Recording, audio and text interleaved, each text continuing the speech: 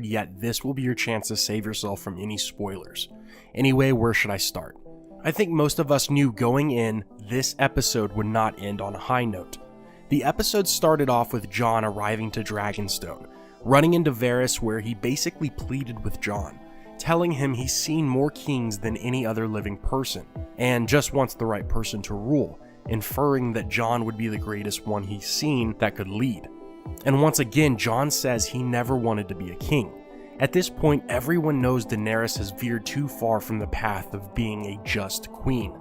Power has consumed her, and although Jon loves her, as the episode goes on, it doesn't take long for Aegon Targaryen to realize his queen has gone mad with rage. Of course, the showrunners have to speed through every moment due to how much needs to be wrapped up, and there just is not enough time. Tyrion reveals to Dany he told Varys of Jon's secret because Jon clued in Sansa and Arya, and now everyone who matters basically knows Jon's truth by now. Dany sees Jon as one who has betrayed her, along with all the others who passed the information along. Varys is executed by Dany's orders, and the death is carried out by Drogon's fire. Daenerys doesn't ever kill anyone herself. She uses Drogon to carry out the actual executions, something we should take note of, because if we look back at the very first episode of the series, Ned Stark tells Bran the honorable thing to do is the man who passes the sentence should swing the sword. Remember that, because it will become important later. During the battle, Dany and Drogon make quick work of the Iron Fleet, destroying their ships, their troops, and all of the Scorpions. It seems like all was going well for Daenerys. The Unsullied, the Dothraki, and the Northmen breached the gates of King's Landing, and for a moment it seemed Cersei's side was surrendering. However, Daenerys couldn't stop herself from burning down the entire city, as well as everyone inside. I know a lot of you are die-hard Daenerys fans, but I think we all have to agree Dany is worse than her father had ever been. When the Mad King Aerys Targaryen knew he had lost the rebellion, he couldn't face the truth, and that's why he ordered his hand to have the alchemists light the wildfire stashed under the entire city and wanted everyone in King's Landing to burn, hence the phrase, burn them all. Jaime slayed both Aerys' hand and Aerys himself, making sure the order was never carried out, gaining the title of Kingslayer for the rest of his life. Daenerys destroyed the capital city she always wanted to rule, and many men, women, and children along with it. Dany did not stop. She showed no mercy and really did burn them all. Among the many deaths of tonight's episode, there was Euron, Jaime, Cersei, Qyburn, the Hound, the Mountain, the Golden Company and its commander, the Lannister forces, the Iron Fleet. In fact, if foreshadowing is a major concept in Game of Thrones, the latest episode did not disappoint.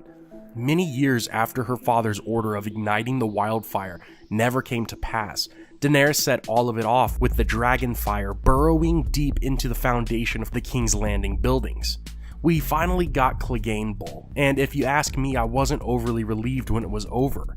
Whatever Qyburn was able to do to Gregor Clegane, a blade through the skull couldn't even bring him down. Sandor tackled his brother through a crumbling wall in the Red Keep, and both fell to their death in a blazing fire. This is somewhat poetic since the Hound had half his face burned by his brother when they were children, and ever since then he feared fire. Now both Cleganes meet their fate in a fiery end. Arya barely made it out alive. That girl has overcome so much in these last 8 seasons. The question is, where does she go from here? Arya already told Gendry she wasn't the lady who would sit in a castle and enjoy the noble things in life her birthright grants her. That's just not Arya, so where will she end up? I have a hunch. She might go back to Braavos one day and serve the many-faced god at the House of Black and White. If the world lives on after the final episode of Season 8, there will continue to be people who must be sacrificed to the god of death, a duty we know Arya is well equipped to handle. And as for Jon, it doesn't matter how much he has fallen for Daenerys. What she is and what consumes her is something Jon can't brush off. He is a man of the highest honor, not because of who his parents were, because of the man who raised him. Jon won't be able to get past what Dany did to all of the people in King's Landing, and because of that, he knows what he must do. I think Jon was brought back by the Lord of Light to ultimately kill Daenerys. In the process, he fell in love with a woman, a blood relative who he saw as a savior, but those feelings have changed. Put simply, the way Jon feels about Dany at the end of the battle is like how he felt when he heard that the Freys killed Robb and Catelyn. In the books, a Woods Witch prophesied the prince that was promised, aka Azor Ahai, would come from the bloodline of Aerys and Rhaella Targaryen, Dany's parents, as well as Rhaegar's. Jon is Rhaegar's son, which means he too comes from the line of Aerys and Rhaella. The first Azor Ahai was said to have killed his lover, stabbing her in the heart with his sword Lightbringer, forging it solid.